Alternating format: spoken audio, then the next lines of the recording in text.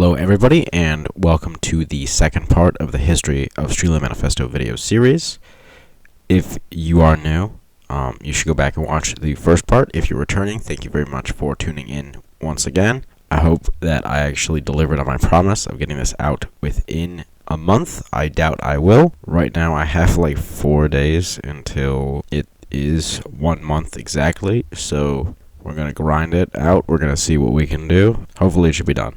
Thank you all very much. Thank r/Streetlight Manifesto. Thank the Friends of Streetlight Manifesto Facebook group. Everybody who's helped. If you've helped me, of course you'll get credited, as always. You'll get credited in the specific instance. Thanks everybody. I hope you guys enjoy.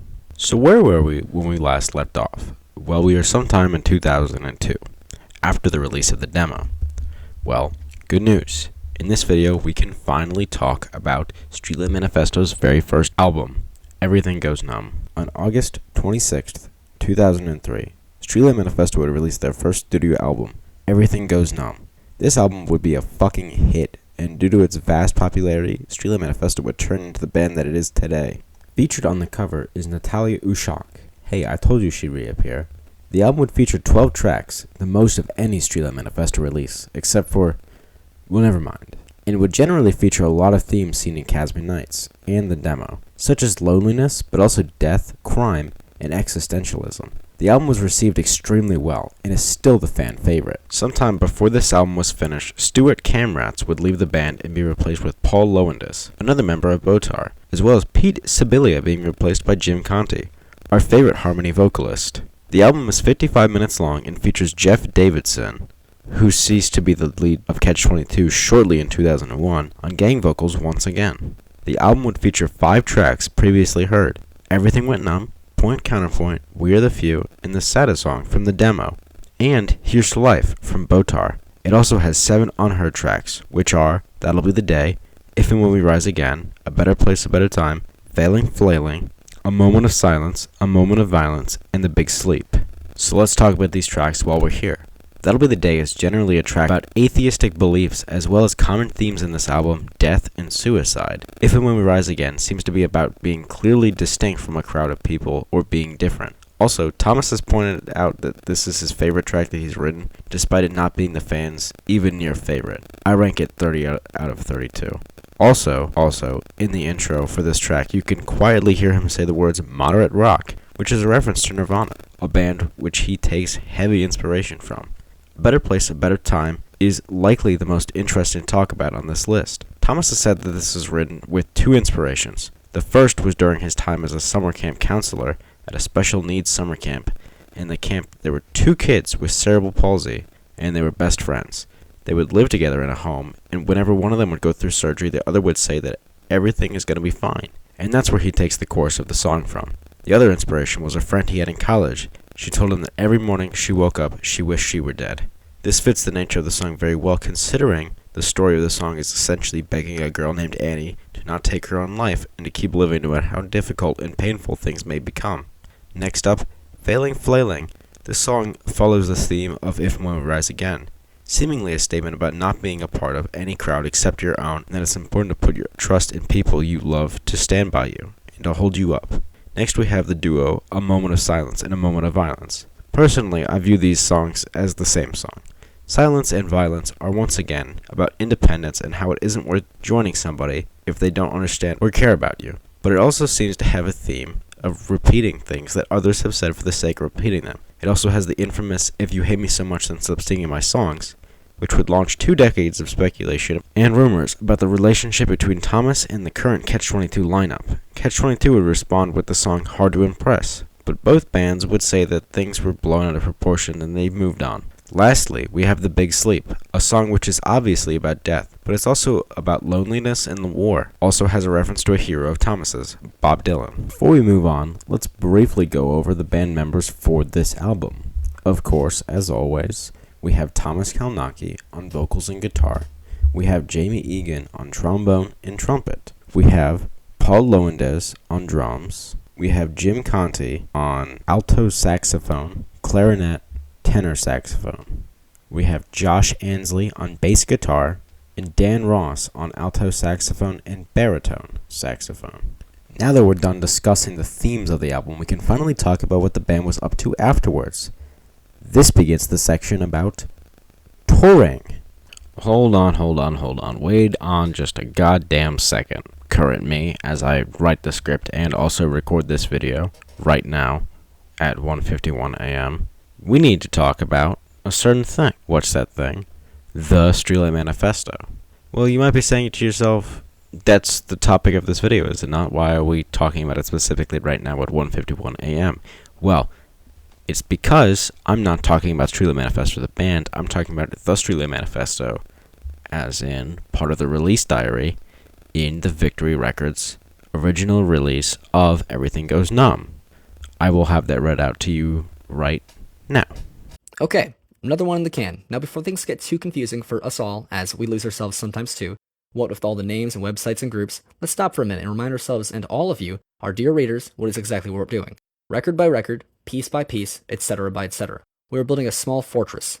This fortress has been designed to withstand the pummeling of mainstream tidal waves and to keep in unwanted characters, suits, trend hoppers, et al. Outside of its walls, we are here multiplying, scheming, quietly growing in numbers as well as in quality. When we hit, it'll be violent, nor will it be overly publicized. We are creating a small army of artists that will release works, music, film, visual art, etc. quietly, as independently as possible. A record here, a website there, all under the radar, but connected by two things, an independent spirit and a high level of quality. The latter being subjective, of course, but you can't please all the people all the time now, can you? Things are moving slowly at the moment, as well as they should. We're feeling the ground out, dipping our fingers into the water to test the temperature. This record you hold in your hands now is the second such test. Please bear with us as we learn right from wrong, good from bad. If you've been here since the release of A Call to Arms, maybe you understand a little better what we're talking about. On the topic of latest and first Bands of the Acoustic Revolution record, let's make something a tad bit clearer. Yes, that is a Botar song on this here Streetlight Manifesto record. Look at the two groups as two versions of the same band, each from a different sonic dimension. Both groups will continue to release music alternatively, will swap songs and remix tunes. Over the course of the next few months/years, and other versions of this collective group will emerge on various labels or completely independent. Each one will have a unique sound and will play songs that are mostly proprietary to it. But some songs will be shared, since a song, like any other work of art, can go many different directions. It's so difficult to be working on something and have the pressure upon coming up an artistic fork in the road, choosing one or two or more directions to take that work in. And well, to hell with that. We say, fuck it. Let's do it what we feel like doing. Play it in every possible way. Swap out a verse here or there, add that violin solo that wouldn't work in the punk rock version of this song or that. This is the only way we've come to find to keep all this exciting and new. There's such a universally accepted blueprint for bands every genre nowadays. Get a few musicians together, practice in a basement somewhere, play countless/thankless/unattended by anyone but the band members' parents, shows, wherever/whenever they become available. Wish, hope, and pray to be signed by a label. Go on tour, have your ego stroked every night, feel more important than you really are, start mindlessly babbling publicly about the latest, trendiest cause worth dying for, or at least worth playing a benefit concert for where your ego is even still stroked. What a shock. Become unpopular, go away for a while, and eventually do a reunion tour. There's nothing wrong with that. It's just all so done before. So here's our plan. Let's make music, but really make it from scratch on the equipment we buy, borrow, or steal in our homes of friends on our time, finishing each project when we say it's finished. In this record's case, everything that used to make the music, from the equipment to the mixing time in a real studio to the beverages consumed while making this, was provided by a very generous and timely loan from Mr. and Mrs. Kalnaki. They came to the plate when no one was willing to fund our little project. You're holding this CD becomes of them. In more ways than one. Sure, some compromises were made regarding the group, and more will be made in the future with all the groups and all the major works we put out, but no compromises will be made in regard to the actual music or art or what have you. We will walk away, let it all burn if we are forced to do something we cannot in good conscience agree with. What little we have, what that really matters, is not tangible or physical. It exists not on a paper, but somewhere inside. And that little thing, that unsellable, uncompromising thing I'm babbling about now as the sun is rising outside my window, that's what this little project's about. Until next time, sooner than you think, we hope. Before they began touring, Paul Lowendes would leave the band and be replaced by Chris Thatcher, my goat, as he didn't want to tour live. Mike Soprano would also join the band at this point to play trombone live, as Jamie Egan was playing both trumpet and trombone on Everything Goes Numb. Mike Soprano was a part of Catch-22 for a couple years after Thomas left and would play on their album Alone in a Crowd. Streetlight Manifesto would play their very first show on December 9th, 2003 at Rutgers University. This entire set would be documented and recorded. They played 10 songs, 9 of which were from Everything Goes Numb, but they excluded If and When We Rise Again, Failing Flailing, and the saddest song. They did, however, throw an additional track in, that being I'm Better Than You, from the Rules of the Game Catch-22 demo. With the exception of I'm Better Than You, the crowd knew the lyrics to the entire set and happily screamed them back at the band. After this show, the band would go on tour, well, quote-unquote tour, and play without a tour name. This tour subsequently being referred to as the first tour. After this first show, they would shortly after play the Stone Pony. This venue would become an annual tradition much farther down the line. I'm sure you want to see a clip of this very first show since it's documented and recorded. So, allow me to play a small clip of each of these 10 songs for you right now.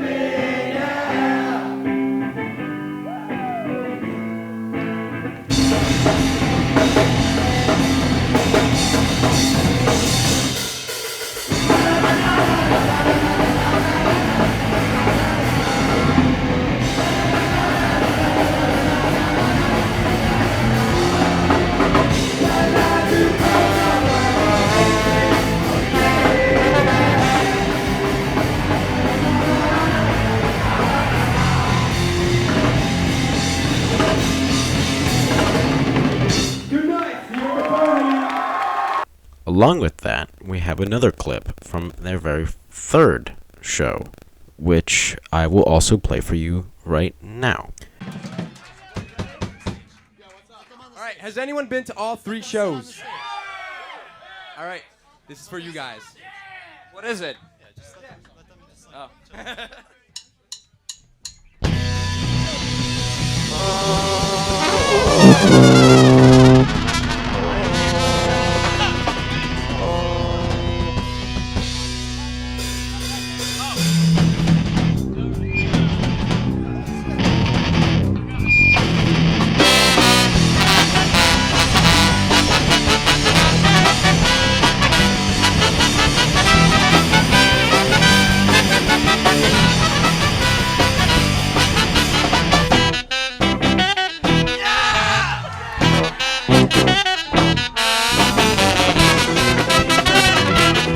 Hey, I know how much you, yes you, like interviews.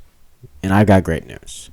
We've got an interview to talk about. This interview features Thomas, Josh, and Chris, and they did a 15-minute interview with Tyler Rogers of 90.5 WCVH in Flemington, New Jersey. What's talked about in this interview? Well, let me give you the rundown real quick. This interview took place on December 20th, 2003, the same day as the second ever show. First show at Stone Pony. Thomas began playing piano as a kid and convinced his parents to let him switch to guitar. This is where that info comes from, by the way. Josh had a family friend teach him Paranoid by Black Sabbath on bass, and that's how he started. Everything Goes Numb was recorded in early to mid-2003. A Call to Arms was recorded primarily 2.5 to 1 years ago, likely late 2000 to early 2001. We knew this. They joined Victory Records for distribution purposes. They signed to Victory after the demo was put out. They fronted the money for Everything Goes Numb, and Victory later reimbursed them for the cost of mixing the record. Thomas writes the songs on acoustic guitar originally, and then later fleshes them out on a computer and hums the horn lines for the horn voice. The band members tweak their specific parts. Repeated mentions that the internet and new tech has made making your own album accessible. Thomas does graphic design and designs this stuff for the band. They play a show on the 21st of December, the day after this interview, at Continental in New York City. This was an influential rock/punk bar and is now gone. Josh Ansley was working as an actor.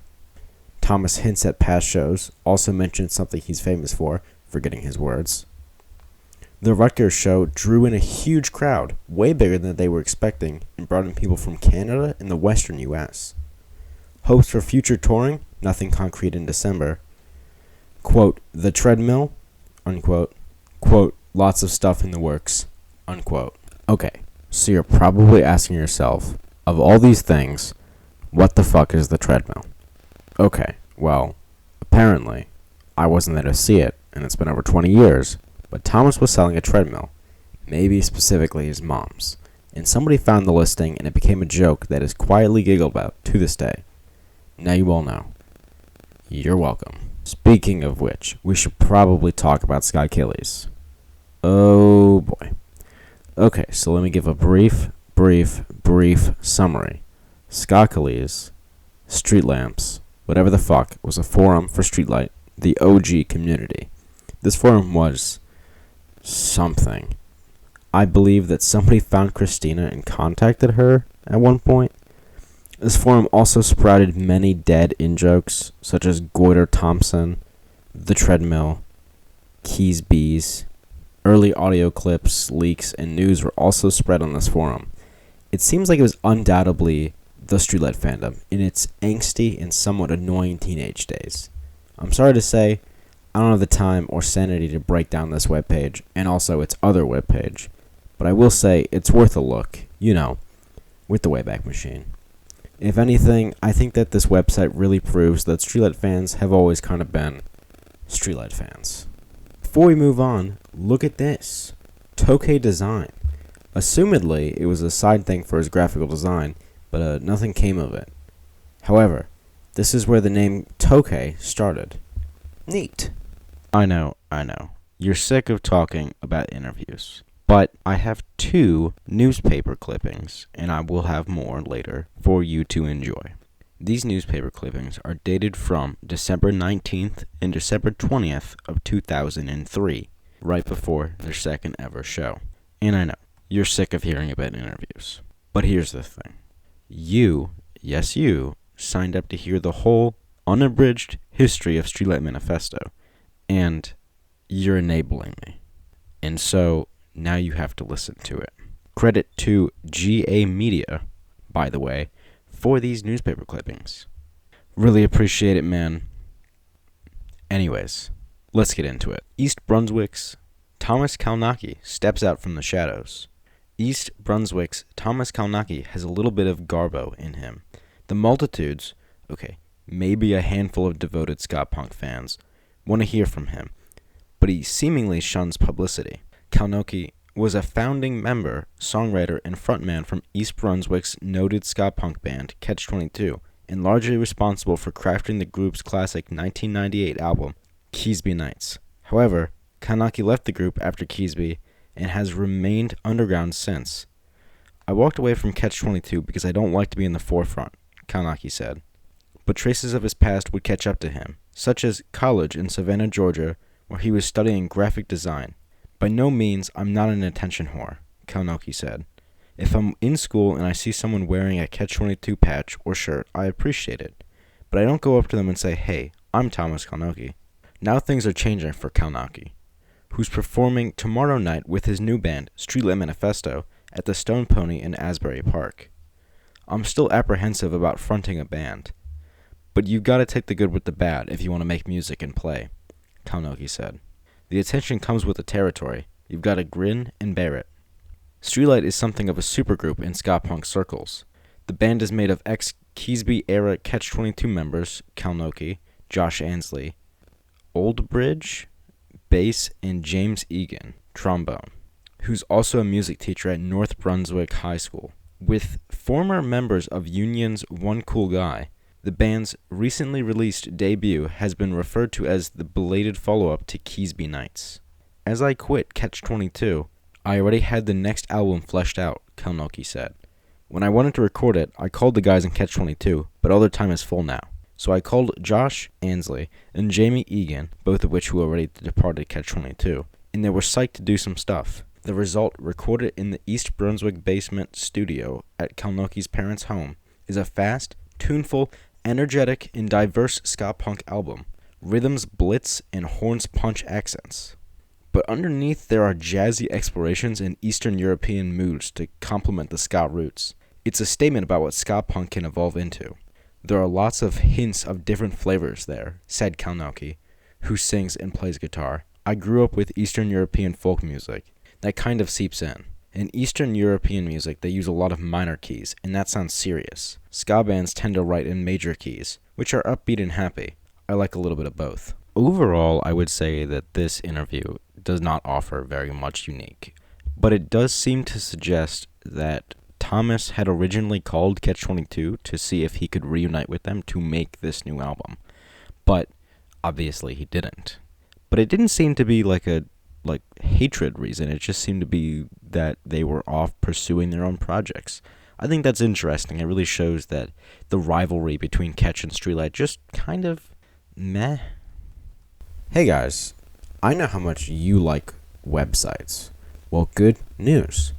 The Streetlight website is updated at this point, and we have to talk about it because, yet again, more info is posted. So, like last time, let's go through this click by click. Firstly, we have this cool little home screen picture. This is actually featured on the demo, I believe, and it's at least modern reprintings, so that's neat. We have news. Again, it's more news. You've seen news. I'll come back to this. I'll explain the important bits. We have a bio, and it's kind of actually a bio this time. It has their lineup, and then a very short bio that simply says, we're a band, we make music, some people like us, some people don't. Voila. It also has a little thing for the specific kind of drums that Chris Thatcher, their drummer, plays. SJC Custom Drums. Very neat. They have a shows section, which actually has a bunch of fucking shows. And it has a listing of past shows as well. This is very neat, and I think that it's great. It's a great resource. It helps us keep a record of all of our past Streetlight shows in the very, very, very early days. We have a rants section, and oh boy, we will get to the rants section. It's like the news section, but less formal, somehow. I'll come back to this. We will talk about the rants section. We have a store. You can either shop online, which assumedly takes you to the Risk store. And we will talk about the Risk store here as well. I know, a lot of things that we have to come back to. I'm very sorry. This is a mail order, but I can't seem to see if it works. We have links, and it links to the Acoustic Bandits website and also the Risk Group website.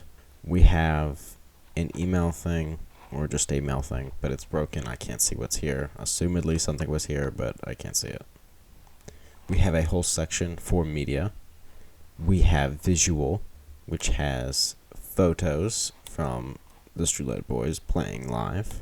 We have audio, which displays both of their records, which has the demo and Everything Goes Numb. You can click a little thing for lyrics. You can buy it with a link.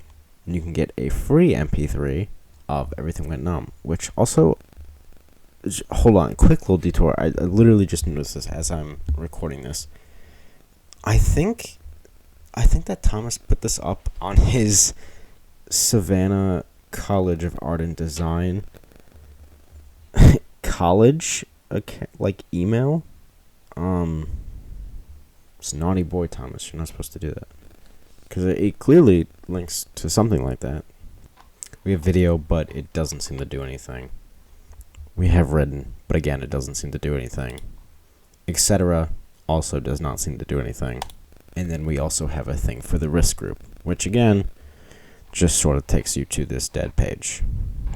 So, yay. Website time. You guys like website time. I like website time. Everybody likes website time. So let's go back. Let's talk about the news. I want to read it, debrief it, feed it back to you guys, baby bird style. And then I'm going to do the same thing with the rants here in a second as well. Okay, so news. News is nothing crazy. It's mostly just show announcements. They did have people print out a show flyer in black and white, asking people to slap them up around where they're going to be touring in the summer of 2004. I thought that was neat. There's not much else to say. I guess they were having trouble being booked because they were a new band with only one album. Not much else. I guess they had a couple, movie quote contests, and somebody got a patch, which I can't see the patch. Apparently they gave out patches. It's probably just a basic patch. It's nothing crazy, probably. That seems to be it. Nothing insane. Time to do the rants. Oh boy, the rants. Firstly, I would like to thank user/VoodooMan595 for showing me this hilarious side of the band. I think it's awesome.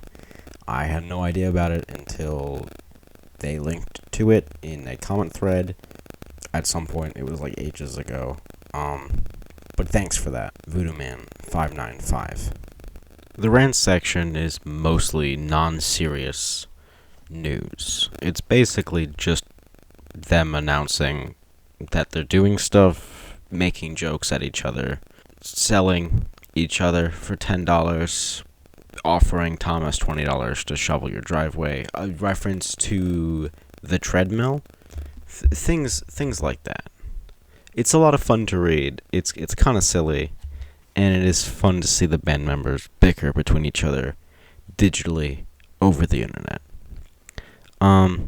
Yeah, that's the rant section. Before we get off this website, though, let's talk about the store, because the store is a little different and is more expanded. Okay, so here in the beginning, I don't think anything really functions, but we can see the basis of what it was meant to be.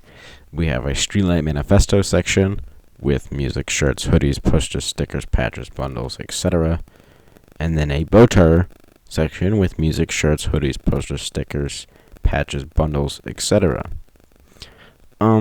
It's basically the same. The font is different, and basically there's just a little statement that things aren't really functional yet. Let's scroll a little bit farther in time and see what the Risk Store would look like in a year's time. So, in a year's time, we can see the website actually function. We can see the music section, which they sell the demo for $6, and everything goes down for $12. The shirts, they have, at this particular instance in time, 4 shirts, 3 of which you can see. The one you can't for whatever reason. They have a hoodie section, which they have 3 hoodies, one of which you can't see, the image is broken, seemingly. They have posters. They have one poster, which is their live poster, apparently. It's whatever this is. They have stickers. They have a lot of stickers for some reason. They like stickers. I mean, you know what? I'm not going to hate on them. They have patches, which actually, they still sell this same patch to this day. I have it on my jacket. I'll put a picture up. I assume this is the patch that they sent out for free to people. Just that one person for winning the movie contest. They have bundles, which just says packs, and then I cannot see anything else here. And the etc. section has buttons. As for Botar, it has music. I assume a call to arms would be listed here, but I can't see it. Shirts, which they just have the one Botar shirt. Hoodies, which they have 2 Botar hoodies, but I can't see the one. The image is broken. They have that same poster from the last time that we looked at Botar merch. They have stickers, but the link is broken. Patches, but I can't see anything here. Maybe Botar never had patches, or at least at this time. Bundles, still just says packs, doesn't say anything. Etc. Just says etc. Nothing listed here. I missed this my first time checking the website, but actually they have a little info section. In this info section has a, quote, monthly charity. At the time of late February, their charity is breastcancer.org, which is a nonprofit organization for breast cancer education. I'm sure that they did more. They say that they did another one, and they have been known to support charities. I just can't see any of the other charities that they have supported, but at the very least, during the beginning of the Risk Store, they were supporting this particular charity. So, that's all.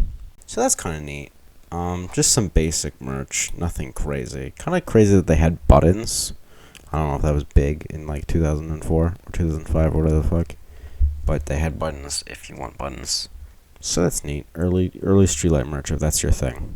Anyways, back to live shows. Yes, speaking of live shows, before we continue with their touring schedule, I actually have something that I found while editing this video. The second Bamford Productions bootleg DVD from Stone Pony in 2004. I just found on YouTube, so I'm going to go over that just real quick.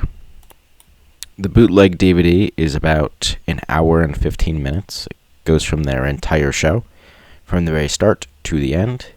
It has a little section with, I assume, the guy who made the DVD, and Chris Thatcher as well, from before the show. It's got this really crazy synth section of Everything Went Numb.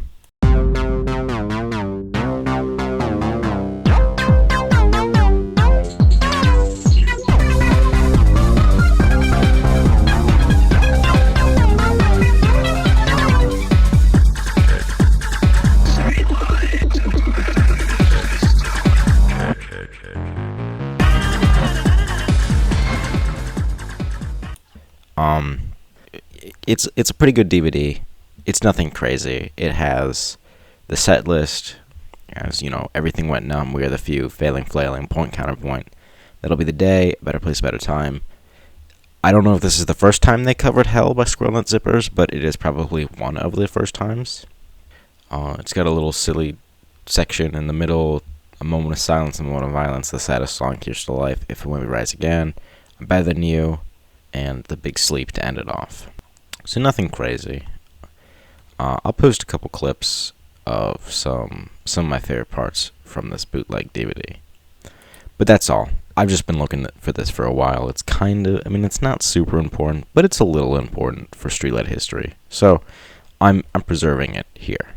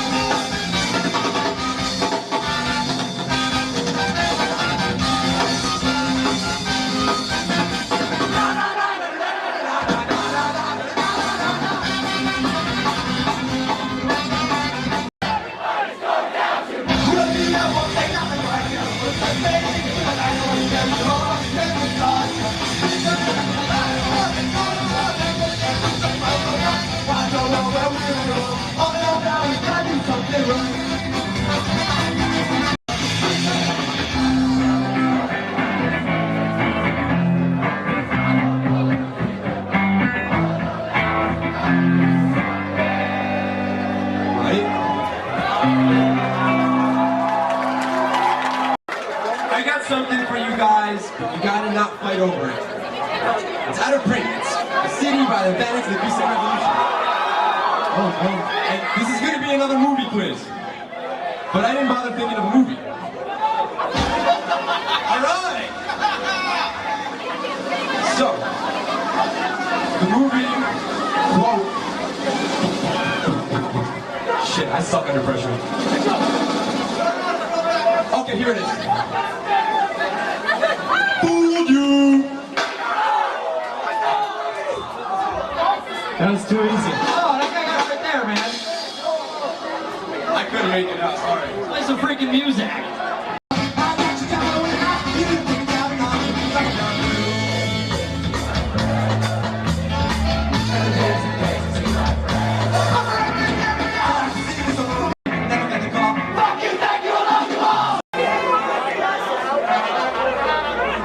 Oh, come on! Doesn't it ever get old? Oh, you mean like this?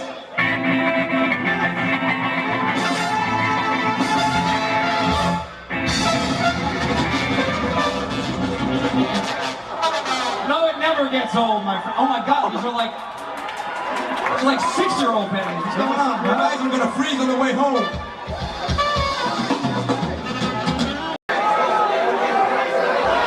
Okay, all right, one at a time, please, you. You suck, I understood that. Arthur, can you turn the lights on a bit so I can see these guys? Ah, there you go. I only know that on trombone. Shit. It's either gonna be organized or it's not gonna happen at all. What are you gonna do? That'll be the day. Who said that? That's a good one. Hey, we should play That'll Be the Day. What is that? Alright, well, we're gonna do That'll Be the Day. I guess. Arthur, you can check the lights out, please. Alright, this song we did it right, and we're not gonna play it. Rock and roll!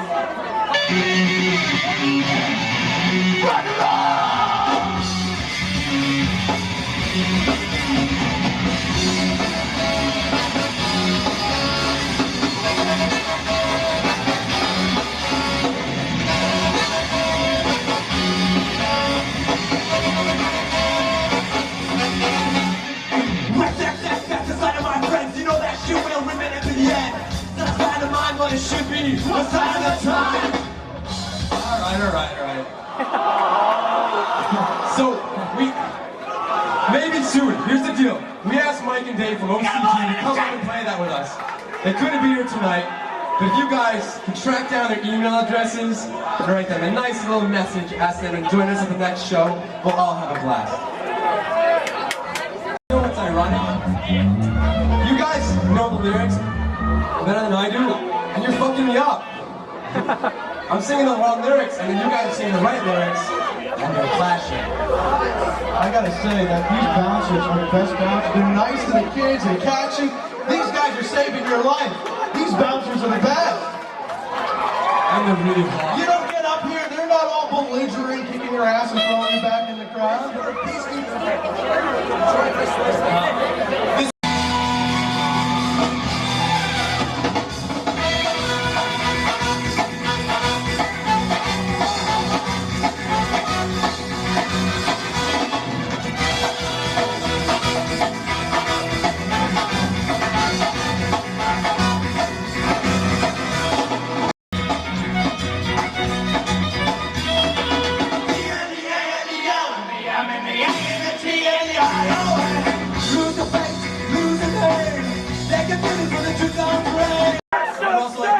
Today is Dan Ross's birthday, so everyone shout out happy birthday, Dan!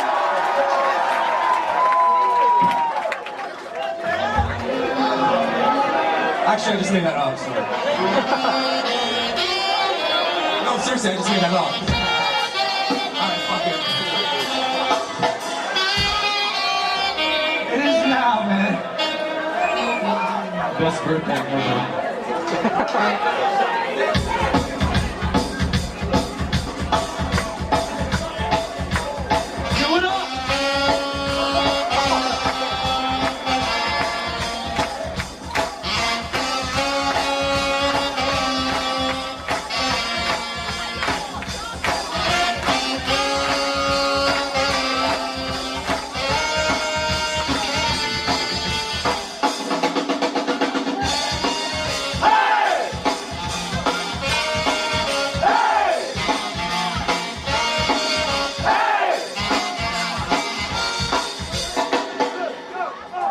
We have no fucking clue what we're gonna do when we come up here. That was officially the lamest thing we've ever done, but there's like two band geeks in there going, yeah. That's my teacher! First person to scream out something about Cash 22 gets it. The moment of silence. What's called the saddest song. Someone tell Mike how it goes, please. How does the saddest song start?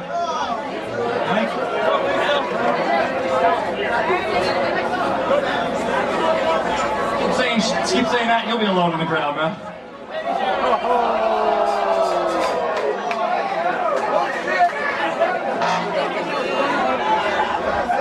There's also the first one, but it's really not that important, other than they tease birds flying away for the very first time. This is also their second ever show. So. Hey, Josh! Josh Kaczynski! I know you when I was 1925.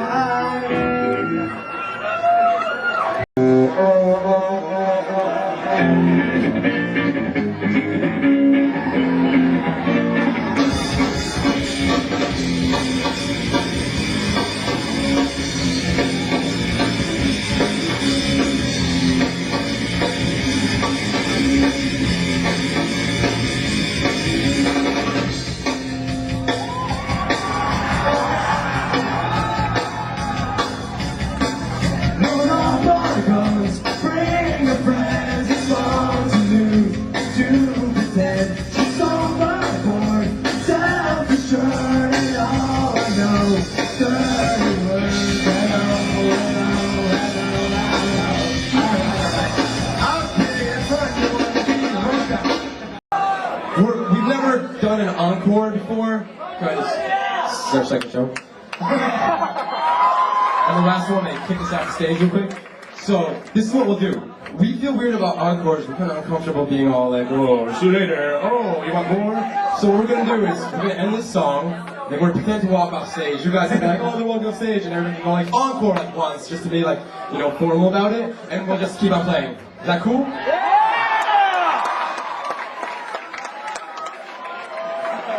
This song is by the Bandits of the Acoustic Revolution. Good night for Streetlight Manifesto!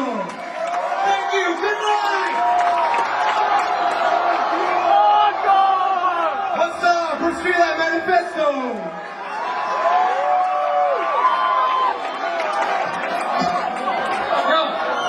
I just want to say, man, before last Tuesday, it was like 5 years since I've been on stage, and it is fucking incredible to come back with people like you. I can't believe it. We're so flattered. We've never had an encore before. Thank you so much. They would play shows every once in a while until June of 2004. In July, they began their first named tour, the They'll Never Tour tour, with support from Big D and the Kids Table. This tour is most notable for one thing, however, their first Starland Ballroom show, which they would play on August 29th, 2004. This venue would be a Streetlight Manifesto staple and would be played for years to come. This show would be the last for their tour, but they would play a show at Stone Pony in September where they debuted Dear Sergio live for the first time. Generally, around this time, there would be rumors of a Keasbey Nights re-record. At this time, Josh Ansley would leave the band and be replaced with Chris Pazik, another returning member from Botar. Streetlight would return in January of 2005 to tour once more, but before they did, they played a one-off show in Glassboro, New Jersey, where they would debut a song that would become a core piece of the Streetlight Manifesto live experience. They would, for the very first time, play Point, Keasbey, Counterpoint.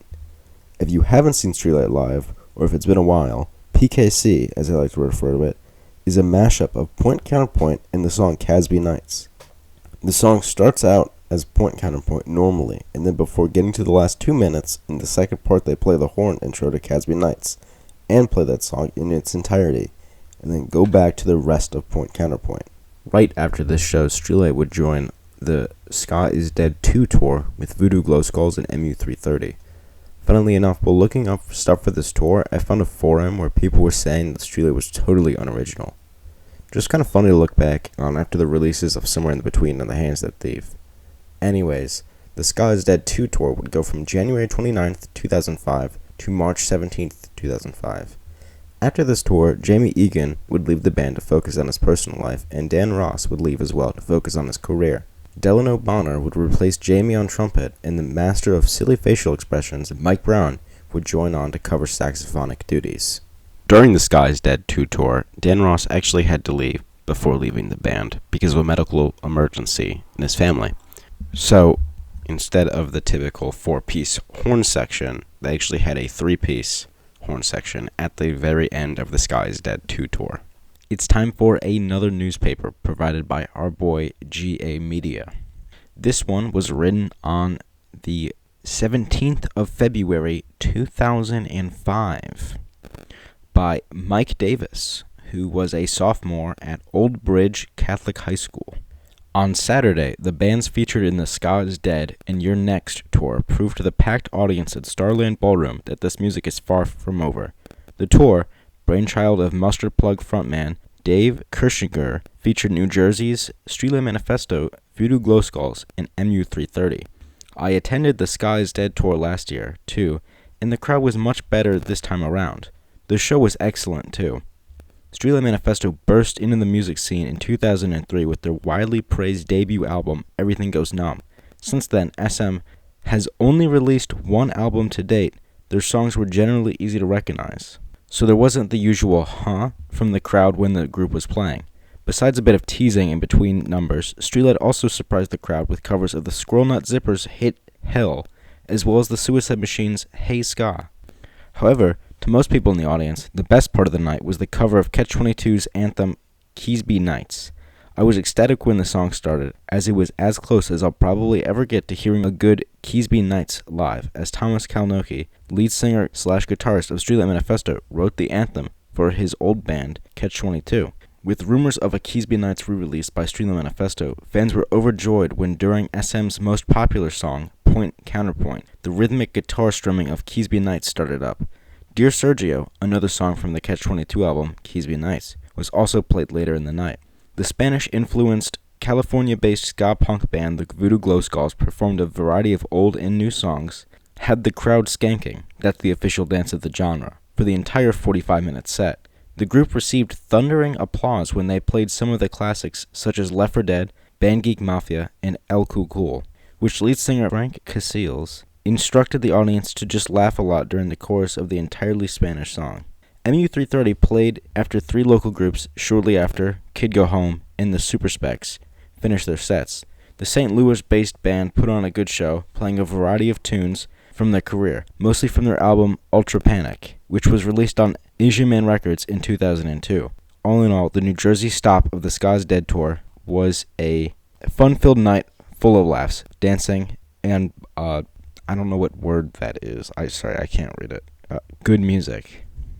Nothing to really add about this one, but there's evidence of rumors about a Keasbey Nights re-record. They would then begin their Europe tour, in which they would play Europe for the first time. They would play the UK and Western Europe exclusively. Delano Bonner had trouble touring with them in Europe due to something with his Jamaican passport, so for the majority of this tour they would have no trumpet support live. He would later rejoin them on this tour, but only near the end. Jim Conte would also have to leave the tour during this time due to a family emergency, so for the majority of their Europe tour, they only had a trombone and a single saxophone. This tour would go from April 17th to May 13th. Only 2 weeks after coming back, they would begin a new tour domestically, where they would return to a 7-piece. This tour would be the tour between the other 2 tours tour, during which Chris Pazik would leave and Pete McCullough would join as their new bassist. This tour would have support from Gym Class Heroes and Whole Wheat Bread. They would end the tour on June 18th. Another newspaper time. Once again, GA Media. You know it. You love it. Alright, let's get into it.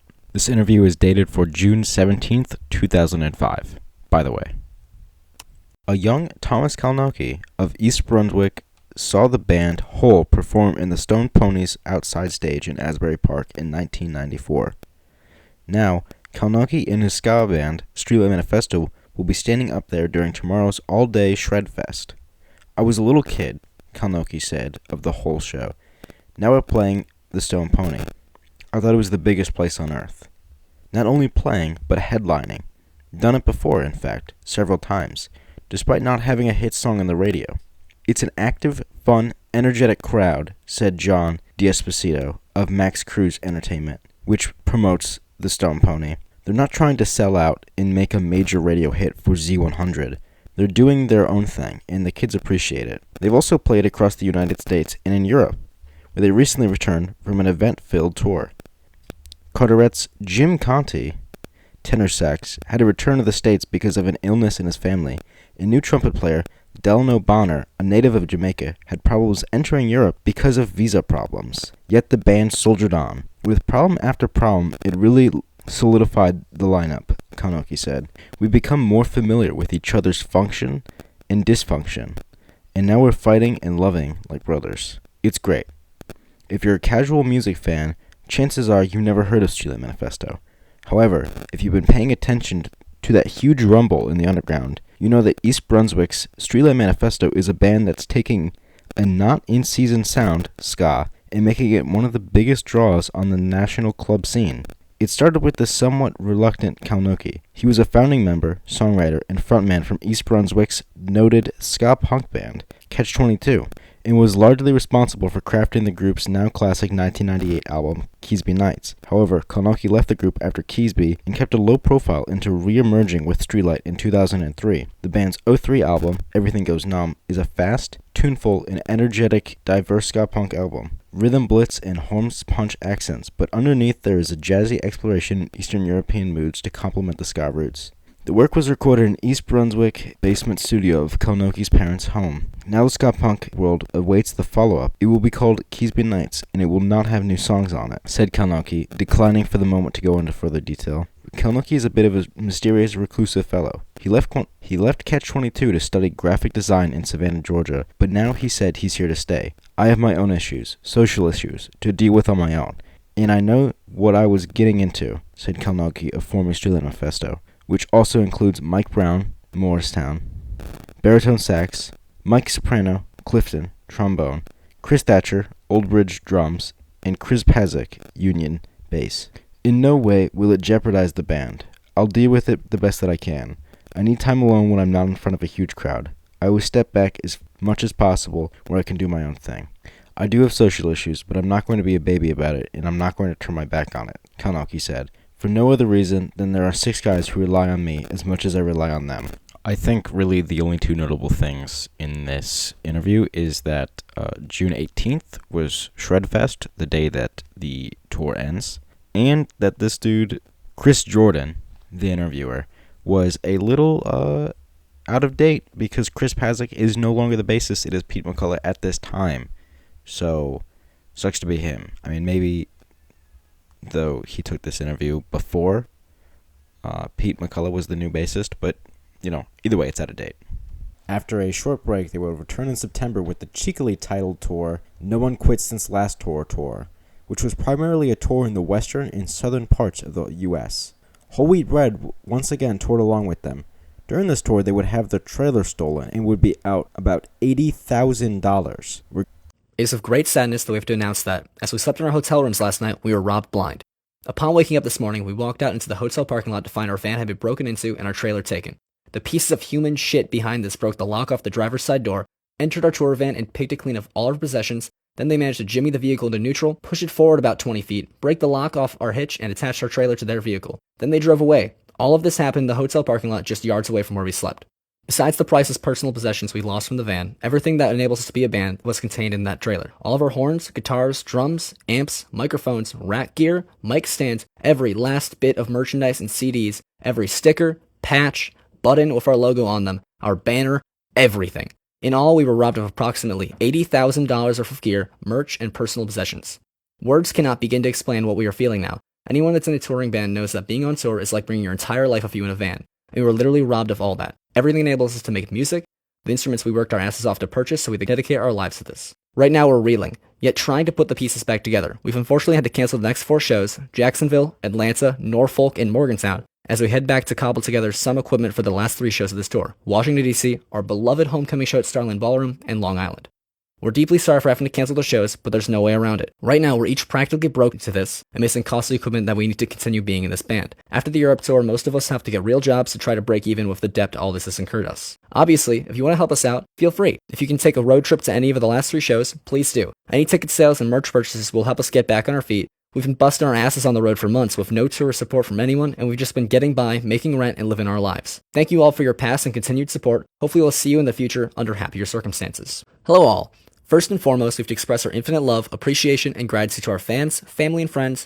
Through your messages and thoughts, we know we are lucky beyond words. Despite the recent difficulties, we've been bombarded by your kind words over the last few days, and you're the reason we keep keeping on. We've been spending the last few days talking to police, or trying to talk to police, tracking down serial numbers, and in general looking for ways to get the band back on track. We're going to be piecing together some equipment, and despite nearly canceling the European tour, we're deciding to forge ahead and deal with our touring debts due to the robbery afterwards.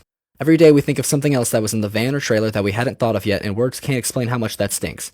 At this point, what stings the most is the lost photos and countless hours of tour footage that was stolen and probably ditched somewhere. We had so many special projects lined up that had been taken away from us. Okay, back to the grind. We have much to do, and progress is slow. See you at the shows and keep posted for more robbery fiasco-related updates. Thanks again, guys. Regardless, on October 8th, they would play at Starland Ballroom, this time with a few important bits of songs.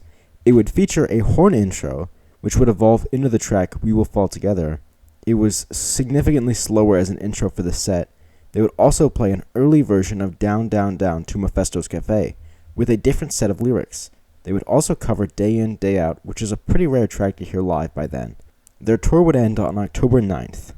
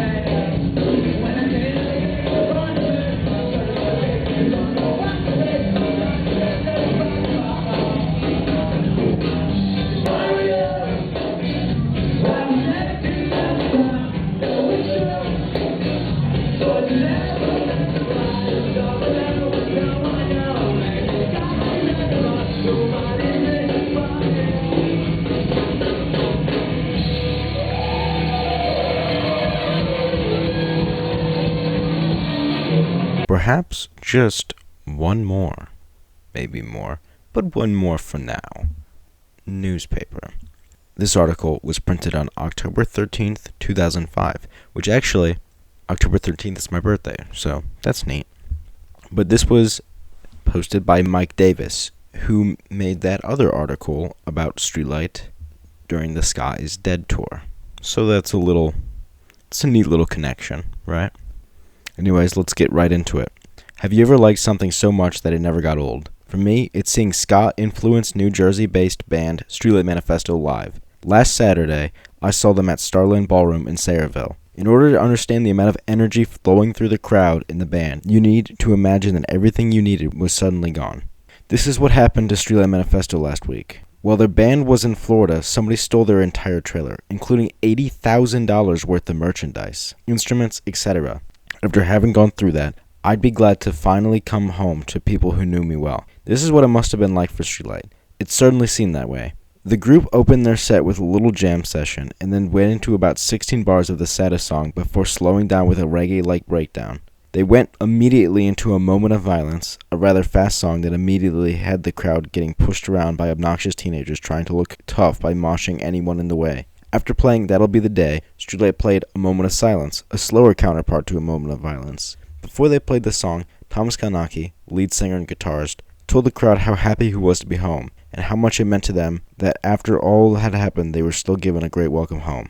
During the song, they also covered a little bit of Radiohead's Creep. Streetlight played songs from their album Everything Goes Numb, including The Big Sleep, We Are the Few, A Better Place, A Better Time, If and When We Rise Again, and Point Counterpoint. However, the crowd went crazy during the songs not usually on the set list, such as They Provide the Paint for the Picture Perfect Masterpiece That You Will Paint on the Inside of Your Eyelids, a song by the Bandits of the Acoustic Revolution, another band that features a few members of Streetlight Manifesto. Much to the crowd's joy, Streetlight played songs from the Catch-22 album Keasbey Nights in the middle of Point Counterpoint. When the song had a brief pause, they broke into the song Keasbey Nights. They went right back to Point and Counterpoint. The best moment was when they end their encore with 1234 1234, a closing song from Keasbey Nights, with a sing-along chorus and soft opening. All in all, this was the best Streetlight show I've ever seen. They were interactive with the crowd, with Kalnoki thanking the audience for its support and sharing a story about his experience with a sympathetic Sayreville police officer. This band should be admired as a symbol of hope, and should be regarded as a group of people who have overcome greater obstacles and can still do what they do best, at their best. Not 2 weeks later, Streetlight Manifesto would return to Europe with the No Child Left Behind tour. Once again, they would tour primarily in Western Europe and would tour until November 23rd. On November 10th, they would announce that they had been robbed again. They were robbed in Paris amidst the 2005 Paris riots, though the robbery was seemingly unrelated. These two robbery events would lead to them posting this post on their website. Okay, now this is getting ridiculous and somewhat annoying. Last night, while we slept in our Paris show's promoter's apartment, our vehicle was broken into and robbed. Again! Since there are so many of us that have two vehicles in the store, a tour, a van, and a tiny little rental car, our little rental car was broken into and cleaned out of all our possessions. This time we lost substantially less. About $4,000 of our equipment. Our sound guy uses the car for his rig. We lost the one expensive piece of equipment that wasn't stolen in last month's debacle, a 24-track hard drive recorder that we've been using to document our live shows. Great. Despite all the I told you so's we get from family regarding to even going to Paris. Relax. It had nothing to do with the riots. It was a random robbery. Anyway, we have another police report to add to our new collection, and this one in French. Yippee! According to the big robbery, we'd like to once again thank you for all your help. We've been reminded how lucky we are, and we will not let you down. We're already planning for the future, and it's looking good. Despite the setbacks, first off, we'll be making up most of the shows we missed after the robbery, and then some. And we're playing Rutgers again, almost on the 2-year anniversary of our first show ever. We're playing the exact same stage. Also, check out the Who Keepsey show. That's one hell of a lineup. We know.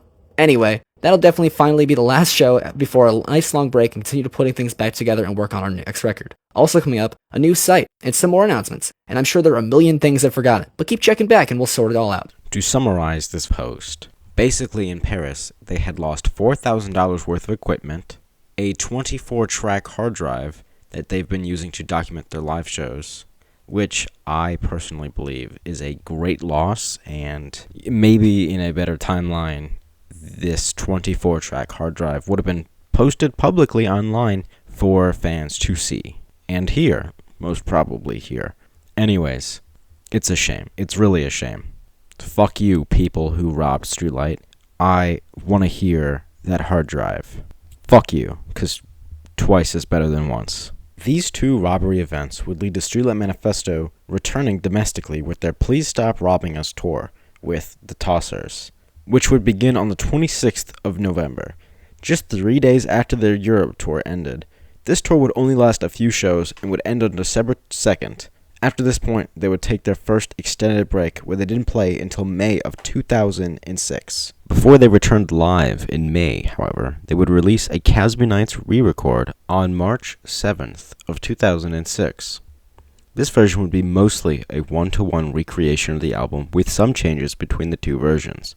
Most notably, Dear Sergio would have the extra verse present in the Bowtie version of the song. Day In, Day Out also has an additional verse in place of repeating the final verse again.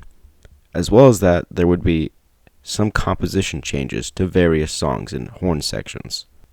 The shout-out section of 1 2 3 4 1 2 3 4 would also be replaced with a text-to-speech voice reading out an interview where Thomas explains his thoughts on the re-record.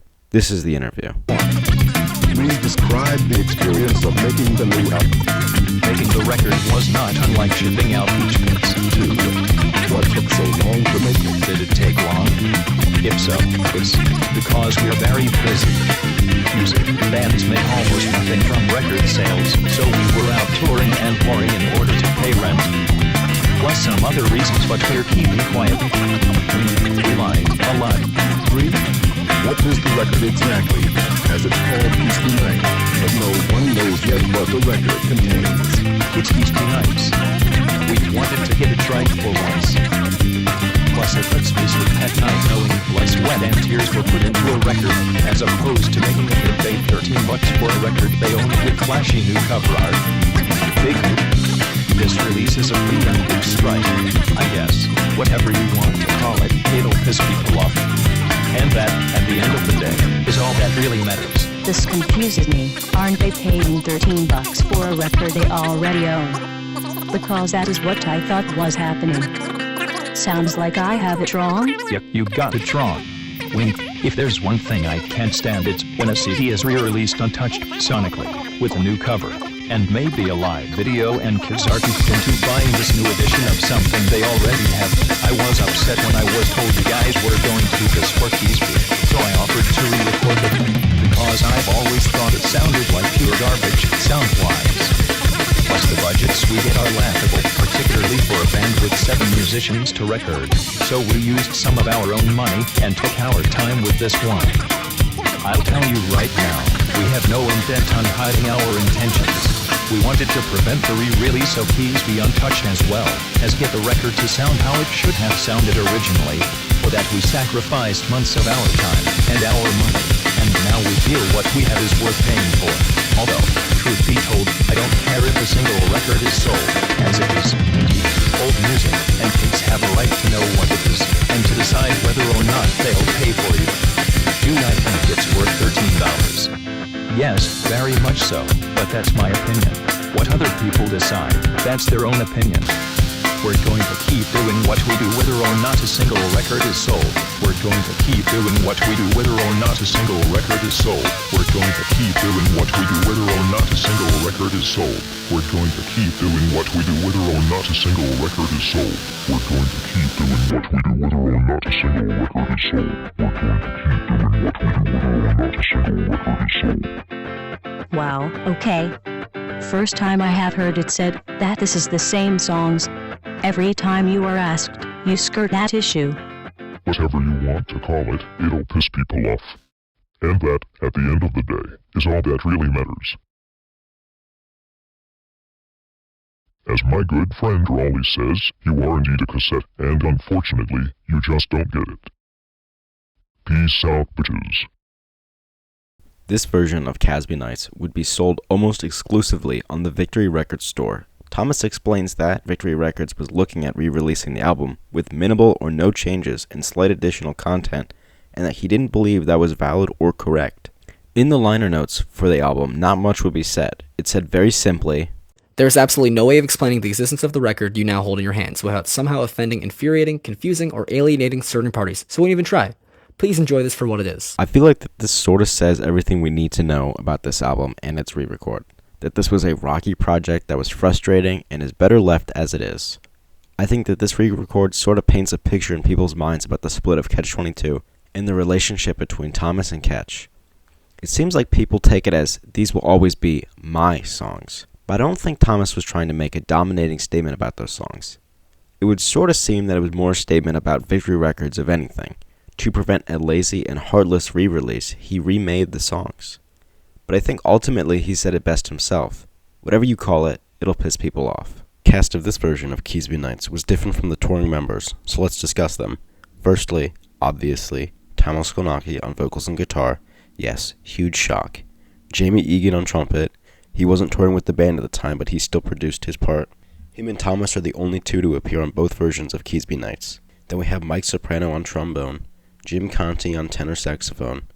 Dan Ross and Chris Pazik are both on the album as alto and baritone saxophone and bass guitar respectively, though they both left the band prior to the release. There was also Christopher Thatcher on drums as well. Streetlight Manifesto would return to touring on the 6th of May, 2006 at Bamboozle in New Jersey.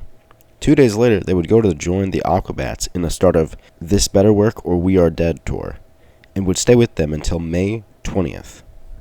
Around this time, Thomas would do one interview with Alternative Press about their Keasbey Nights re-release. It goes as such. Before we get to the music, let's sort out the backstory. Keasbey Nights is technically Streetlight Manifesto's second album, which is a reinterpretation of the first album by the mid-90s ska band Catch-22. Streetlight Manifesto's Thomas Kalnacki used to sing for Catch-22 back when ska was looking like the new grunge, but not long ago, Kalnacki chose to re-record Keasbey Nights with his current bandmates because he hated the original recording, and now he's begun to shy away from promoting the album's release. Yeah, we don't get it either.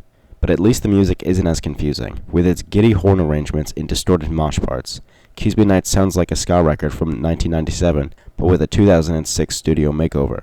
Admittedly, Catch-22 were often more tuneful than many of their contemporaries, but the downside to covering almost any band's debut is that you have to accept the sort of mistakes young artists are prone to making. Riding the Fourth Wave, for starters, condenses every then-era ska cliché into a totally forgettable instrumental track, and lyrics like "In my room with a bucket full of phlegm, I don't need a music scene to tell me who I am," from day in, day out, are even more embarrassing 9 years on.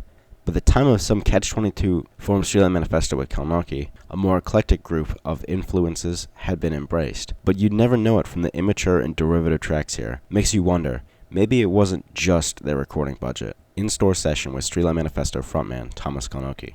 You're not doing a lot of press behind this version of Keasbey Nights, and you're not advertising on the Streetlight Manifesto website. It almost seems like you don't want this record to come out. No, that's not it at all. The whole situation is so complicated. I do want it to come out. I prefer it if it weren't as touted as it is. You always said you hated Keasbey Nights' original recording. Now that the record sounds more to your liking, how do you feel that the songs have aged? It is what it is. It's a record written by high school kids. It was fun going back and re-recording it, but there's a very slight connection between what we do now and what Keasbey Nights is. It's an evolution, but I like to think that it's a pretty big jump. Keasbey Nights came out at a time where it was really exciting to be in a ska band. Bands like Real Big Fish and the Mighty Mighty Boss Tones had legitimate hits on commercial radio. How do you remember the mid-90s now? Do you feel nostalgic for it? Not really. It was so cool at the time that you didn't know who was into it for the songs and the music. Now the tides are so different. I actually prefer the fact that we're one of the few bands out there doing this kind of music now. It kind of goes to show who was in it for the actual songs and who doesn't give a shit what the masses are doing. Now I think it's more honest. In the past year, it seems like the band have gotten robbed on tour at least a dozen times. How many actual robberies has Streetlight Manifesto gone through? The number is 2. We've been lucky enough to have been robbed twice. We lost everything in Florida in October 2005, except for one piece of equipment, which was a hard drive-based recorder. We were actually documenting every night's show so that we could mix it down later and do a live CD. That wasn't stolen because we brought it into the hotel room. When we went to Europe about a month later, then it was stolen. They kind of followed us to Europe and finished off the robbery. So you have no equipment, and someone in Europe has pawned off your hard drive. What exactly are you writing the next Streetlight Manifesto record with? Well, I have acoustic guitars. Everything I write is written on an acoustic guitar. We haven't actually started the actual recording process. I'm going to need to save up. I'm actually working a construction job right now. Is it safe to assume you're not going to be a touring band behind this version of Keasbey Nights? No, we're not even going to mention it. I don't want to do any press for it. The reason I'm talking to you is because I feel bad that Victory has been trying to get a hold of me. Not a whole lot to say about this, but the plans for the hard drive being a live CD would have been very cool for it to come out. Still, they haven't really done anything to that effect, which is kind of a shame.